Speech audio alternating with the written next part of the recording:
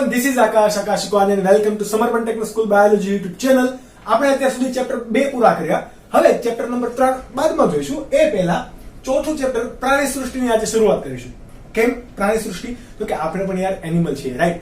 તો યસ, આપણા ભાઈઓ એટલે કે આપણા બીજા કોઈક ભાઈઓ કે જે અલગ અલગ સમુદાયની અંદર વર્ગીકરણ પામ્યા છે એ બધાને આપણે આ ચેપ્ટરની અંદર ભણવાનો ટ્રાય કરીશું. ઓકે, તો આ ચેપ્ટરની અંદર તમને ખબર છે કે કોઈ એક પર્ટિક્યુલર વિષય નથી ભણવાનું, આખી સૃષ્ટિ વિશે ભણવાનું છે. એટલે કે આપણે જે રીતે મોનેરા સૃષ્ટિ, ત્યારબાદ ફૂગ, આમાં પ્રાણીઓનું સજીવોનું આપણે વર્ગીકરણ જોયું, તો એવી રીતે પ્રાણી સૃષ્ટિની અંદર પર્ટિક્યુલર સજીવોનું વર્ગીકરણ જોવાનું છે. તમે કોઈ એક જંગલની અંદર જાઓ, અથવા તો કોઈ પ્રાણી સંગ્રહાલયમાં જાઓ તો તમને ત્યાં ઘણી બધી જાતિ વિવિધતા જોવા મળે, ઘણા બધા પ્રકારના પ્રાણીઓ જોવા મળે. હવે તમારે અવલોકન વિસ્તાર તમે વધારી દો, પ્રાણી સંગ્રહાલય બદલે તમે કોઈ જંગલની અંદર જાઓ છો, બરાબર? ચલો, ગીરનું જંગલ છે, ત્યાં એનો વિસ્તાર થોડોક નાનો છે. પછી પશ્ચિમ ઘાટના જંગલની અંદર તમે જાઓ છો તો ત્યાં વિસ્તાર વધશે, એમ તમારી અંદર એટલે કે પ્રાણીની અંદર જાતિ વિવિધતા વધશે. તો આ બધા સજીવોને ક્યાં મૂકવું? એમેઝોનના જંગલ, સૌથી મોટું જંગલ, ભલે થોડુંક સળગી ગયું પરંતુ હજુ સૌથી મોટું જંગલ, તો એની અંદર જાતિ વિવિધતા વધારે જોવા મળશે. તો કે યસ, જેટલું ક્ષેત્રફળ વધ્યું એટલું બધી જાતિ વિવિધતા જોવા મળશે. આ અલગ અલગપણું છે એને શું કહેવાશે? પ્રાણીઓમાં અલગતાપણું છે એને કહેવાશે જાતિ વિવિધતા. તો દરેકે દરેક પ્રાણી મળે છે તમને, તો એને કયા સમુદાયમાં મૂકવું એ કોને આધારે નક્કી થશે? વર્ગીકરણને આધારે, બરાબર? વર્ગીકરણને આધારે થાય તો વર્ગીકરણ કોને આધારે કરવું એ પછી જોઈએ. એ પહેલા જોઈએ આપણે જે સમુદાયની વાત કરીએ છીએ એ પ્રાણીમાં સમુદાય છે કેટલા. આ તમારા માટે મોસ્ટ આઈએમપી. આ ક્રમ આપણે જટિલતાને આધારે આપણે ગણશું. ઓકે, પ્રાણી સૃષ્ટિની અંદર આપણે પ્રજીવને નહીં ગણીએ. પ્રજીવ એ પણ શું છે? પ્રાણી છે, પરંતુ આપણે એને કઈ સૃષ્ટિમાં મૂક્યા? પ્રોટિસ્ટામાં. શા માટે? કારણ કે એ એક કોષીય છે એટલા માટે. ઓકે, પ્રાણી સૃષ્ટિની અંદર તમારે જ્યારે વાત કરવાની આવે એટલે કે સૌથી પહેલા લેવાના સછિદ્ર, ત્યારબાદ કોષ્ઠાંત્રી. આ દરેકે દરેક સમુદાય વિશે અને તેના લક્ષણો વિશે, શા માટે એને કોષ્ઠાંત્રી નામ આપ્યું, શા માટે સછિદ્ર નામ આપ્યું, આ બધું જ આપણે આ ચેપ્ટરમાં ભણવાના છીએ. પરંતુ આ જે જટિલતાનો ક્રમ છે એ તમારે કમ્પલસરી યાદ રાખવાનો છે. એક વખત જો જટિલતાનો ક્રમ યાદ રહી ગયો, કોના પછી કયો સમુદાય આવે, તો આખું ચેપ્ટર ઈઝી છે. અને જો આ તમે યાદ ના રાખ્યો તો આખું ચેપ્ટર એટલે કે 11મા સિલેબસની અંદર આ જે ચેપ્ટર અઘરું છે એટલું કોઈ અઘરું નથી. ઓકે, સછિદ્ર, કોષ્ઠાંત્રી, કોષ્ઠાંત્રી બાદ આવશે તમારા કંકતધરા. કંકતધરા, ઓકે, કંકતધરા એક માઇનર સમુદાય છે. એટલે કે ક્યારેક એમને ગણવામાં આવે છે, ક્યારેક નથી ગણવામાં આવતો, પરંતુ હવે મોડર્ન એરા પ્રમાણે એને આપણે અલગ સમુદાય તરીકે લઈએ છીએ. કોષ્ઠાંત્રી, કંકતધરા, ત્યારબાદ પૃથુકૃમિ, ત્યારબાદ સૂત્રકૃમિ, ત્યારબાદ નુપુરક.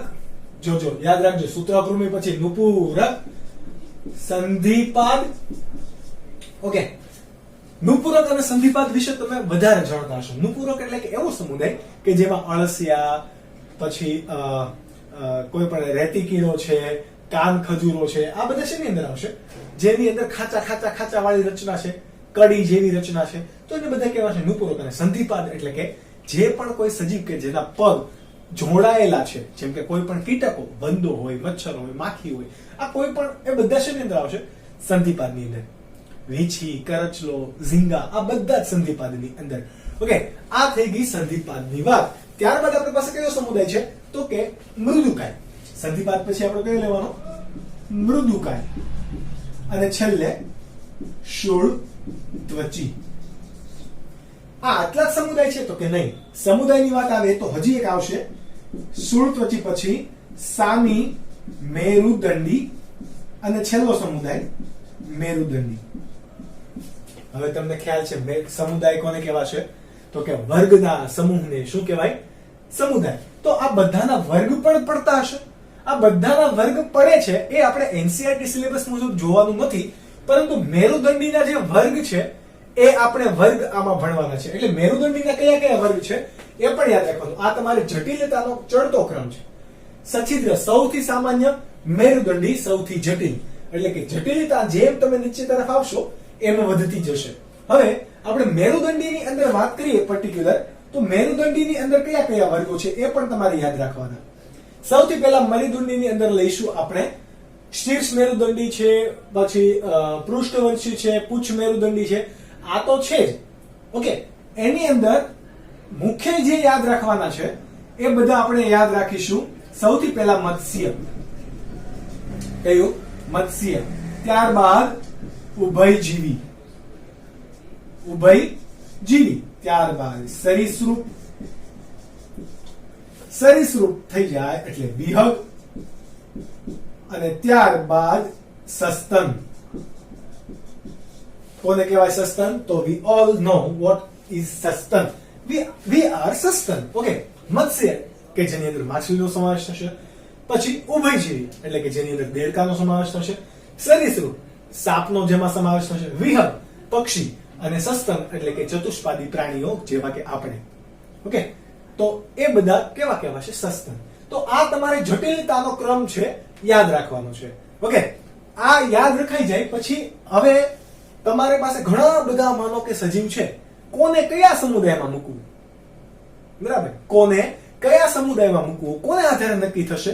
તો એ કોના કોને આધારે નક્કી થાય? તો કે વર્ગીકરણના ક્ષેત્રો છે. જેમ કે એની કોષીય રચનાને આધારે નક્કી કરી શકાય, કોષીય રચનાને આધારે, ત્યારબાદ દેહ આયોજનને આધારે, ત્યારબાદ સમમિતિને આધારે. આ બધા એવા પરિબળો છે કે જેના આધારે આપણે પ્રાણીનું વર્ગીકરણ કરી શકીશું. ઓકે, તો આ બેઝિક વસ્તુ છે. સૌથી પહેલો તમારે આ ચેપ્ટરનો સવાલ રહેશે કે કોષીય આયોજનના સ્તરે પ્રાણીના વર્ગીકરણના પ્રકાર સમજાવો.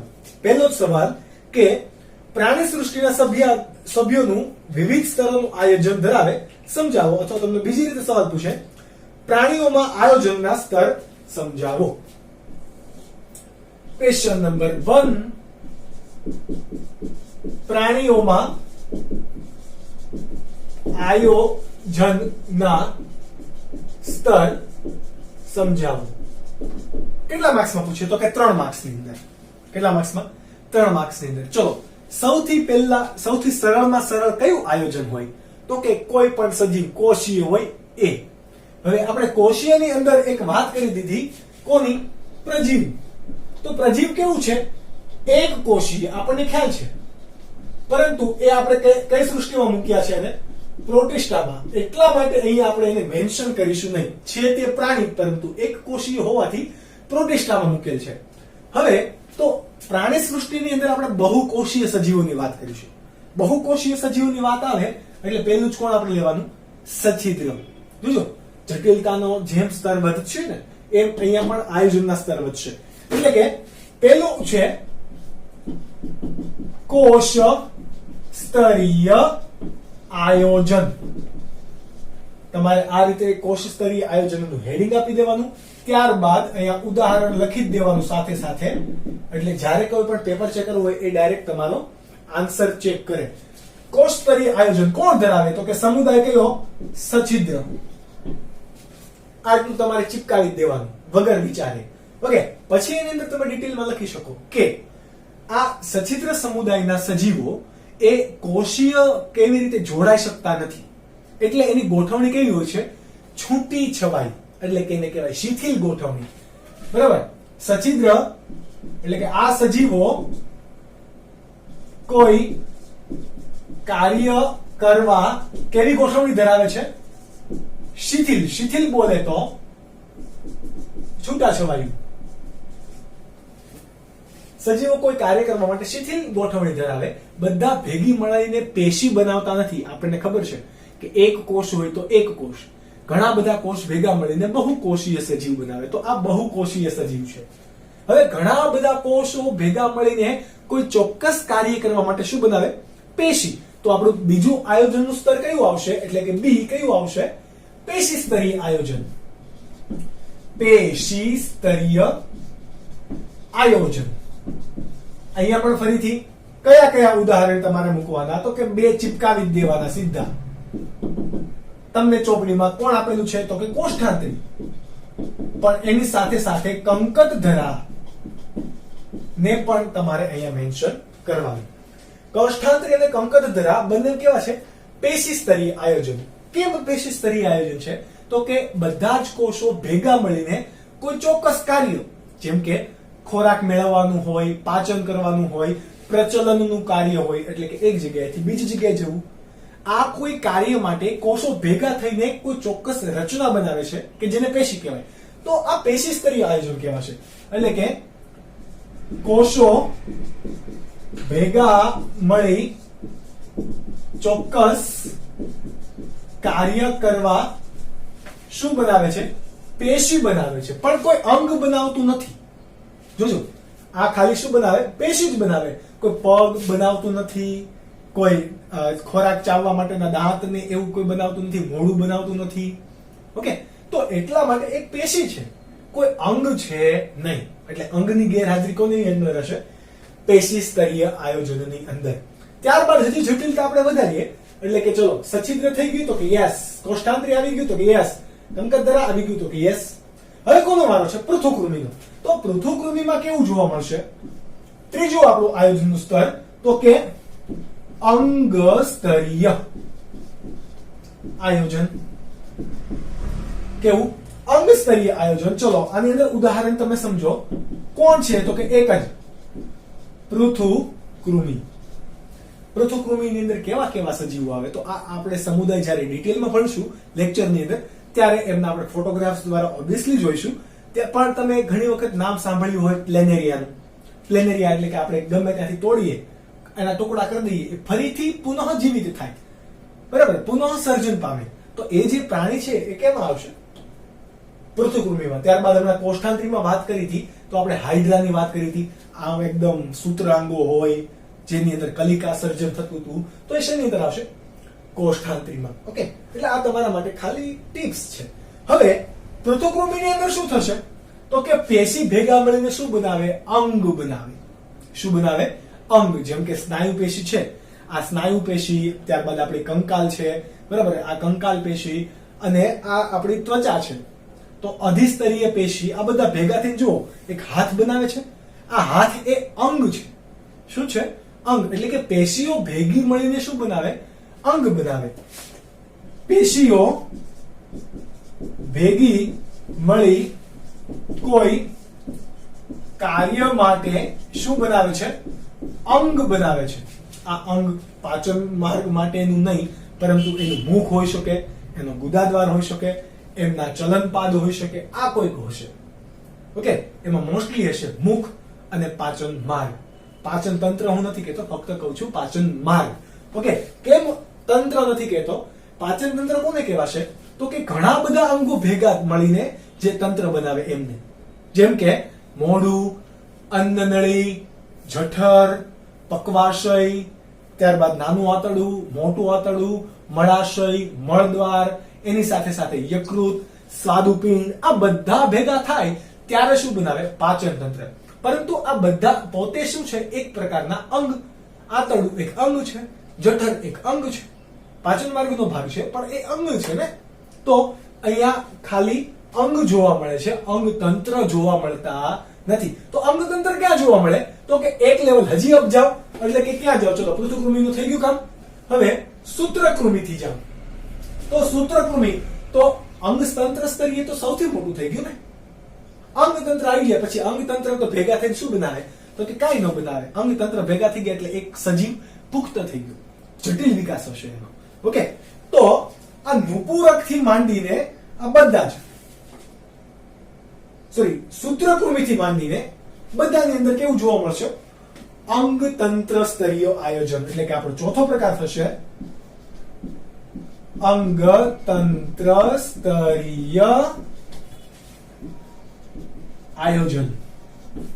કોની અંદર જોવા મળે? તો આપણે ઉદાહરણ લખીએ. ચલો, તમને ચોપડીની અંદર નુપુરક થી મેરુદંડી આવું આપેલું છે, પરંતુ આપણે રાખીશું અહીંયા સૂત્રકૃમિથી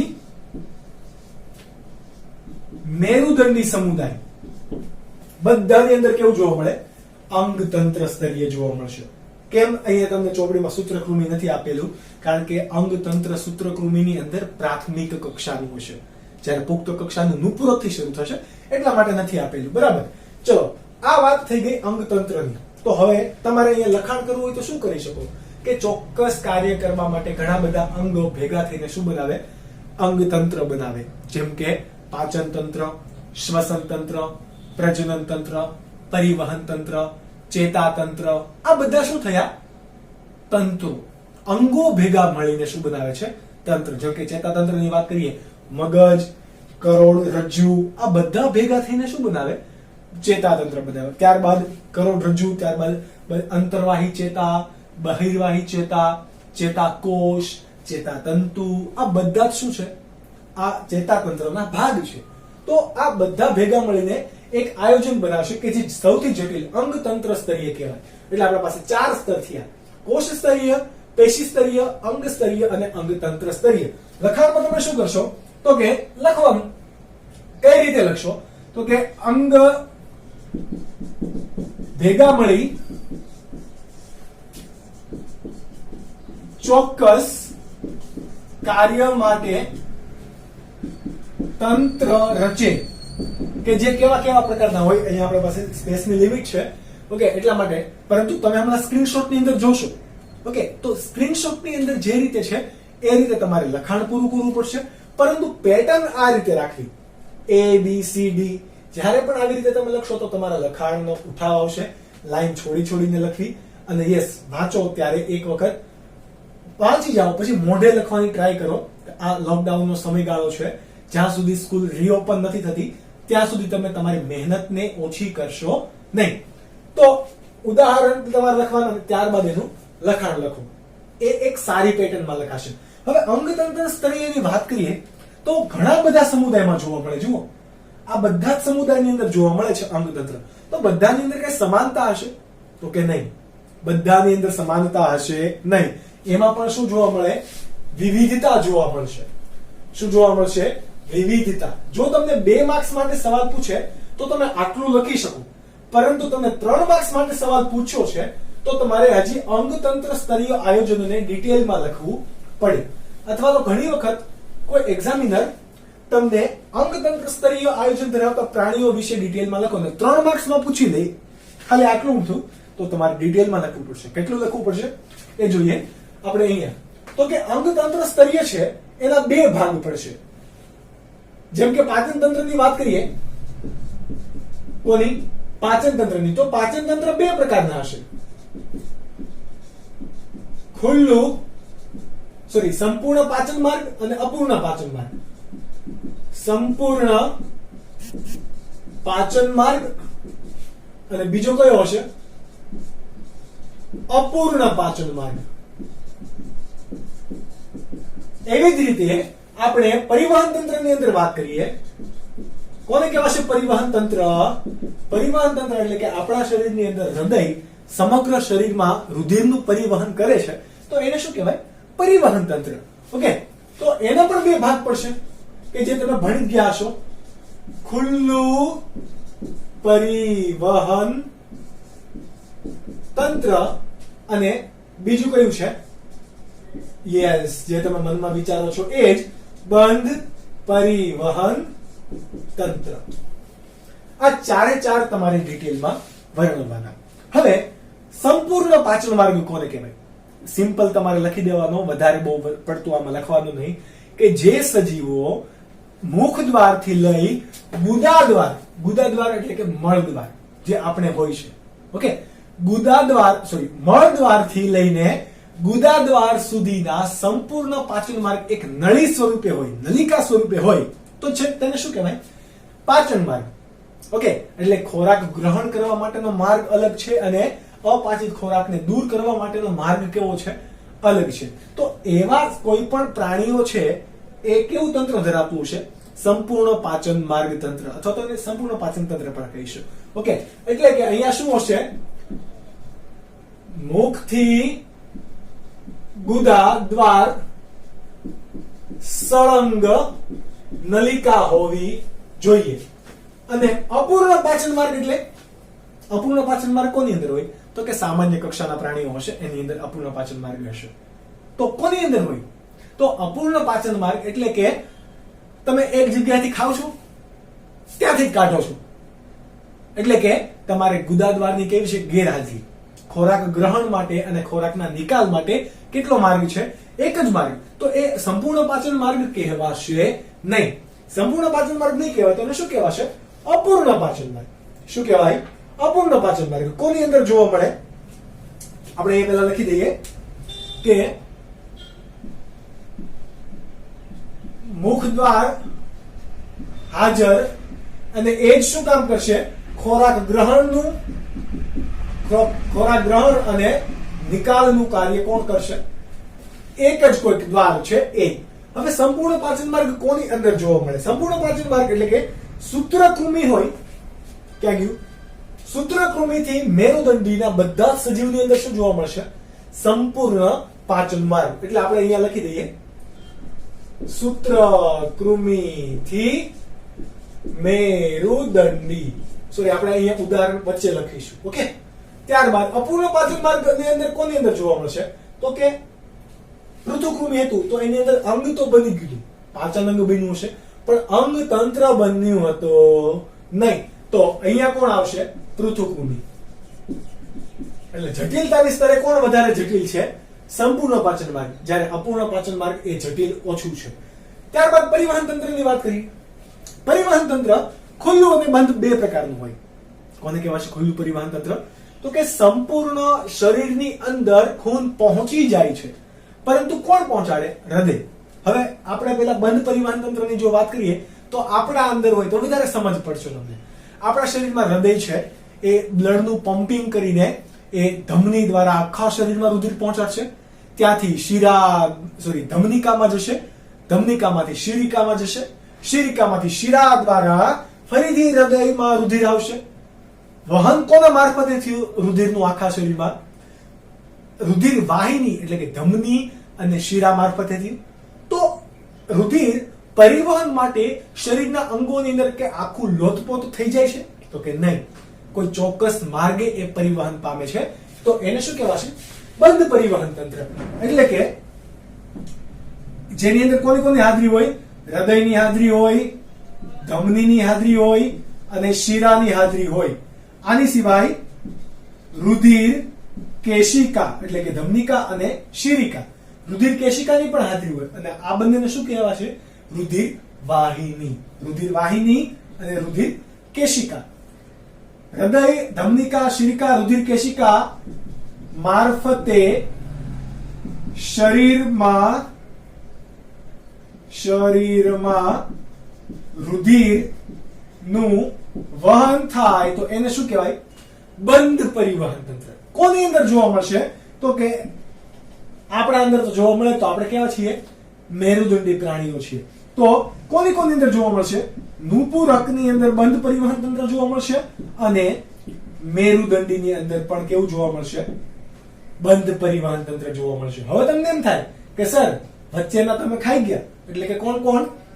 નુપુરક પછીનો સંધિપાદ, મૃદુકાય, સામી મેરુદંડી, શૂળત્વચી, આ બધાનું શું? તો એમાંથી શૂળત્વચી છે એમાં પરિવહન તંત્ર જોવા નથી મળતું. એટલે કે એમાં લોહી હોતું જ નથી, રુધિર હોતું નથી. શૂળત્વચી પ્રાણીની અંદર એની અંદર ફક્ત ને ફક્ત શું હશે? પાણીનું વહન થાય. એટલે કે એમાં જળ પરિવહન તંત્ર હોય.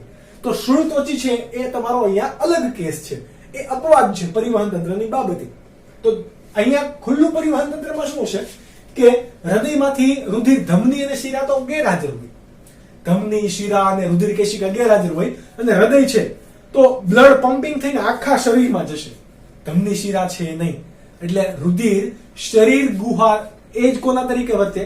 રુધિર ગુહા. ગુહા એટલે કે અવકાશ, કોઈ જગ્યા. ઓકે.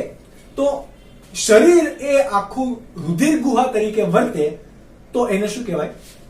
ખુલ્લું પરિવહન તંત્ર. અહીંયા રુધિર એ ધમની અને શિરા મારફતે આખા શરીરમાં નથી વહન પામતું. પંપ થયું આખા શરીરમાં ફેલાઈ ગયું, પંપ થયું આખા શરીરમાં ફેલાઈ ગયું. ઓકે. તો અહીંયા એને શું કહેવાશે? ખુલ્લું પરિવહન તંત્ર. કોની અંદર જોવા મળશે? તો કે સંધિપાદમાં, ત્યારબાદ મોટા ભાગના મૃદુકાયમાં. મૃદુકાયની અંદર ઘણા બધા અપવાદ છે કે જેમાં બંધ પરિવહન તંત્ર જોવા મળશે, પરંતુ મોટા ભાગના મૃદુકાયમાં અને સામી મેરુદંડીમાં પણ કેવું જોવા મળશે? ખુલ્લું પરિવહન તંત્ર જોવા મળશે. ખુલ્લા પરિવહન તંત્રની અંદર કોની હાજરી હોય? હૃદયની હાજરી. કોની ગેરહાજરી? ધમની, શિરા, રુધિર કેશિકાની ગેરહાજરી. અને રુધિર કોના મારફતે વહન પામશે? ધમની કે શિરા? તો કે ધમની કે શિરા કોઈ મારફતે વહન પામે નહીં. ફક્ત કોના મારફતે વહન પામશે? આખા શરીરની મારફતે. એટલા માટે આપણું જે શરીર ગુહા છે એ જ કોના તરીકે વર્તે? એ રુધિર ગુહા તરીકે વર્તશે. આખા શરીરમાં રુધિર છે તો એને શું કીધું? રુધિર ગુહા. તો આ ક્વેશ્ચન તમારા માટે બંને ઇમ્પોર્ટન્ટ હતા. તમને આખો સવાલ પૂછે તો 5 માર્ક્સમાં પૂછી શકે. સોરી, મેં પહેલા તમને 3 કીધું, પણ આ 5 માર્ક્સનો સવાલ થાય. ઓકે, તો 5 માર્ક્સનો સવાલ છે એટલે આપણે લેક્ચર નંબર 1 ની અંદર આટલું જ યાદ રાખીશું, કારણ કે તમારા માટે આ બધા શબ્દો કેવા છે? નવા. તો લેક્ચર નંબર 2 જ્યારે તમે સ્ટાર્ટ કરો એ પહેલા તમને જટિલતાનો ક્રમ, પ્રાણી સમુદાયના જટિલતાનો ક્રમ કમ્પલસરી યાદ હોવો જોઈએ. તો તમને બીજા લેક્ચરની અંદરના ટર્મ્સ અને નવા શબ્દો સમજાશે અને ભણવાની બહુ જ મજા આવશે. અને આ બહુ જ ઇન્ટરેસ્ટિંગ છે. તમે નવા પ્રકારના પ્રાણીના ફોટોઝ ને આ બધું જોશો. ઓકે, તો અહીંયા સુધીનું આપણે રાખીએ. જો તમને આખો સવાલ પૂછે તો 5 માર્ક્સની અંદર, તમને 3 માર્ક્સમાં આ સવાલ પૂછેલો છે તો આ તમારે 4 સ્તર જ વર્ણવવાના. બરાબર. તમને કદાચ અલગથી પણ પૂછે 1 માર્ક્સની અંદર ખુલ્લું પરિવહન તંત્ર કોને કહેવાય અથવા તો પરિવહન તંત્રના પ્રકાર સમજાવો 2 માર્ક્સ, તો તમારે આ વર્ણવવાનું. પાચન તંત્રના પ્રકાર જણાવો 2 માર્ક્સ. તો તમને ઘણા બધા આમાંથી સવાલ પૂછી શકે. તો તમારે એ માટે પ્રિપેર રહેવું પડે. અને પ્રિપેર ક્યારે રહેશો? જ્યારે તમે વાંચશો ક્યારે? જ્યારે આ લેક્ચર પતશે પછી સ્ક્રીનશોટ આવશે, તમે નોટ ડાઉન કરશો. ઓકે, વિડીયો પોઝ કરીને નોટ ડાઉન કરો, ત્યારબાદ એને વાંચો અને મોઢે લખવાની ટ્રાય કરો, તો તમને આવડશે. એવી આશા સાથે આપણે આજનો લેક્ચર કરીએ સમાપ્ત. મળીશું લેક્ચર નંબર 2 ની અંદર ઇન્ટરેસ્ટિંગ ટોપિક સાથે. ત્યાં સુધી બાય બાય અને ટેક કેર.